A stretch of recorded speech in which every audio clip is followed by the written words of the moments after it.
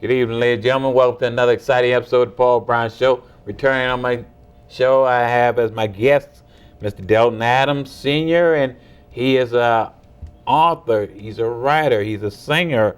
How you doing there, Mr. Adams? I'm doing good. Thank you, sir. Thank you for coming back on the show. Cleaning out the family closet. Tell us a little bit about that, cleaning out the family closet. Well, currently we have just finished filming a movie short based on my autobiography, and it is literally breathtaking. The film producer, the whole film production company almost felt like they could not film the different scenes because I was repeatedly asked, did you really live through all of this?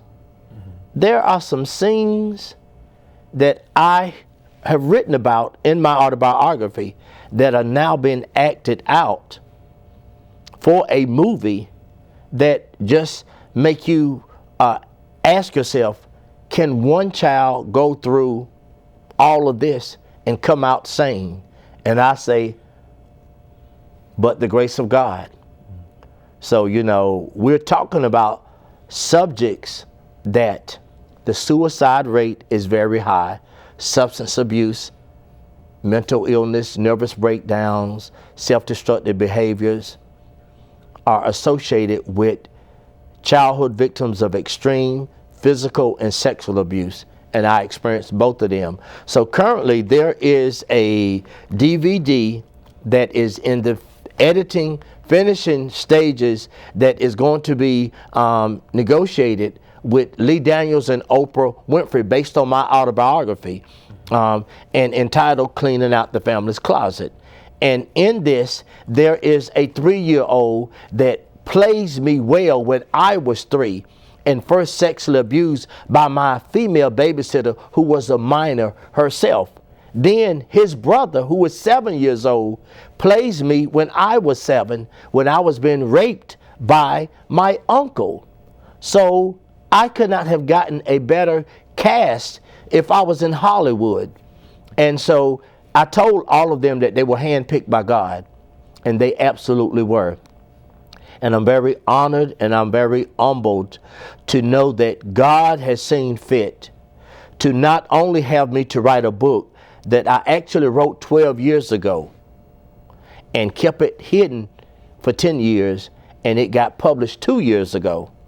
And at the same time, I wrote a movie script because God was like, your life is got to be turned into a movie so that people around the world, and men especially, who have gone through the same thing can relate and identify with what you're dealing with. And this clip that you're seeing now is a clip of the 3-year-old that's playing me at 3.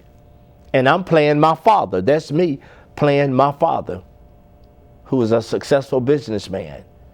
It was all about power and control. It's my power, being in control. I pay the bills, I run things. Hey, let me ask you something. How old are you? You know I ain't nothing but 15. Just checking. Yo, there ain't no wrong with me. I need to make sure. Yo, check this out. Latest R&B hip-hop artist on the chart. Got a free CD for you, girl. For being the best babysitter. Boy, you didn't even trip. See how you deal with him.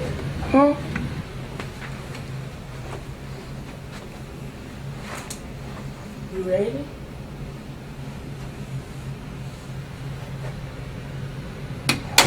Dad, you look at this damn kitchen.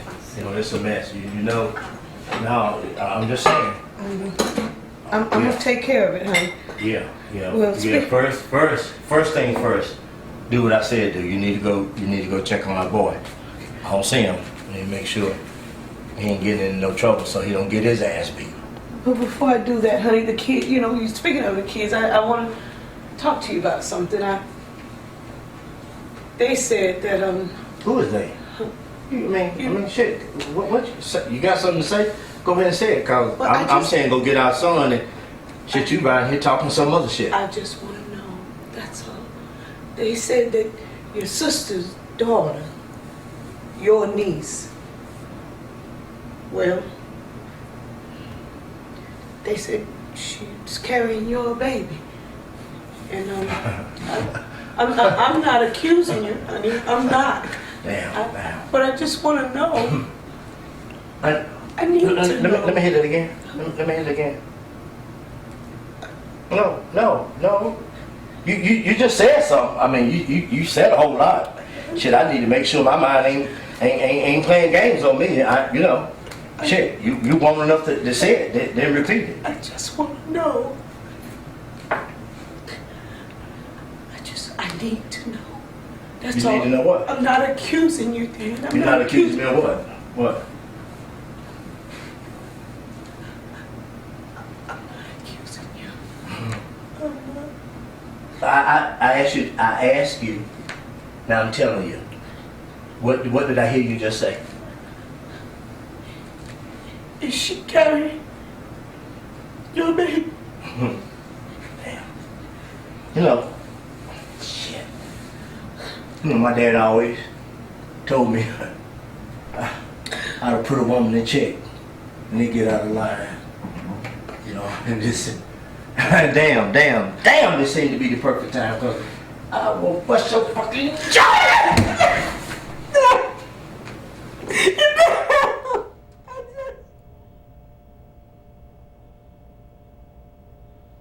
Okay, we're back. Mr. Adams, maybe you can discuss some of the things that were on the clip. The clips that you just saw back to back was the first clip that was me playing my father, and the 3-year-old was playing me when I was 3, and being dropped off at the female babysitter house, who she ended up dying at the age of 30 of a heroin overdose at a party in my hometown, because she too had been a childhood victim of sexual abuse, and trying to numb the pain, she became a heroin addict. So she died of a heroin overdose, but and she began to sexually abuse me at the age of 3, and that lasted for almost a year.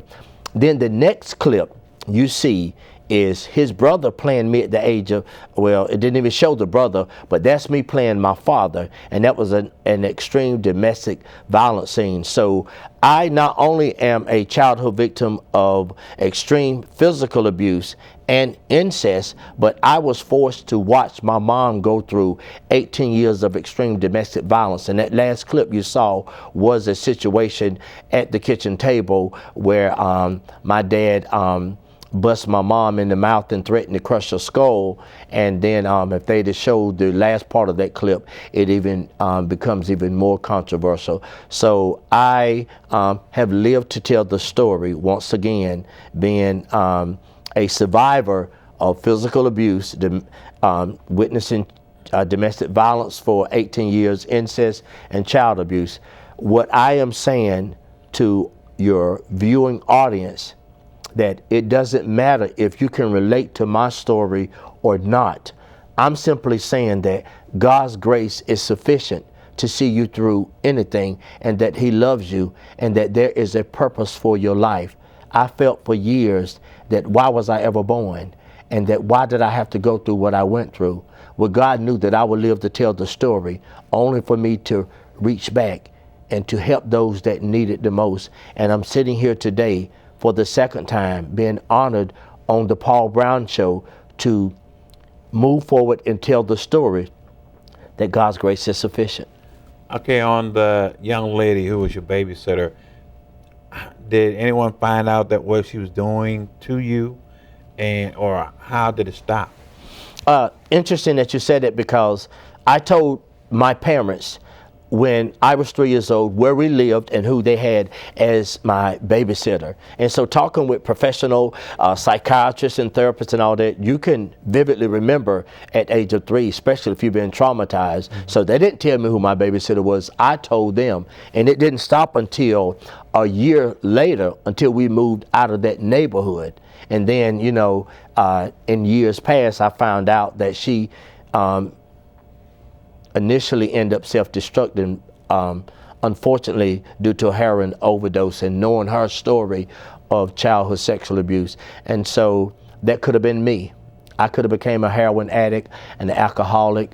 I could have became a whole lot of things and end up self-destructing. But for the grace of God, that I'm able to sit here and tell a story once again that offers hope to those that are watching your show and listening to me tell them, it doesn't matter what you've been through. I will go to my grave saying that God's grace is sufficient. And I know that God loves me and that God has no respect to person. For everybody that has gone through anything that they feel like has been so overwhelming, whether it's domestic violence, incest, physical abuse, child abuse, whatever it may be, that God still loves you and that God can restore you and God can heal you if you allow him to. And I have allowed him to, because I'm in a good place now and I'm about helping other people and telling a story of hope and inspiration. Domestic violence, when you watch your mother going through what she was doing to her father, how long did that go about, and how did it stop? Well, it didn't stop until my parents divorced. My mom was in a marriage, like so many women, even in this day and time, they feel trapped. And especially 30, 40 years ago. So even now, some women feel trapped that I can't leave. He may be the sole breadwinner. He may be the sole provider. And so if he leaves or if I leave, then how will I be able to support myself?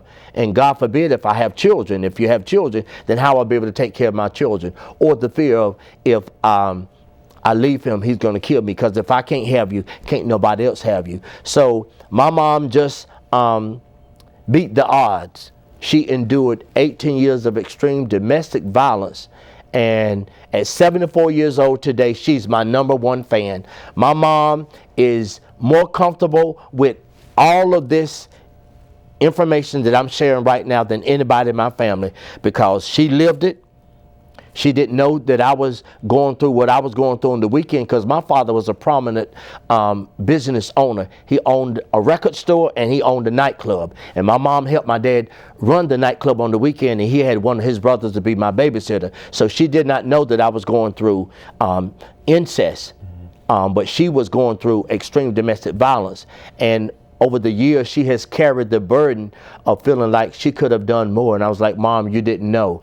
It's not your burden to carry. So my mom and I have a very close relationship, and I just really want to thank my mother for being so supportive and so encouraging over the years. And she knows that God has chosen me to do this. She knows that I did not will to write a book because my life has been so taboo and so controversial, or now to have my life so returned into a movie. It's not about me trying to make a name for myself. I'm not trying to be rich or famous. I'm not trying to do anything but other than the will of God. Because when it's all said and done, and I have to stand before God, I have to stand before the judgment and give an account of the lifestyle that I lived, I am determined to hear God say, well done, thy good and faithful servant, well done. And so my whole life is about surrendering to God so that God can use me to leave a legacy for my children and for the world, to let them know that God's grace is sufficient and that he loves you all, love us all, no matter what you've been through.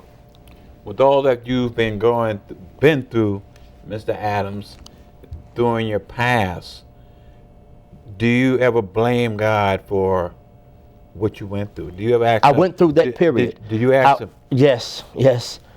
I went through the blame. I went through, okay, you want to go there? Okay. Let's go there, sir. Okay, so I went through a period where I said, with all the women that have abortions and have miscarriages, why couldn't my mom have had an abortion or a miscarriage? Why did I have to be born? So I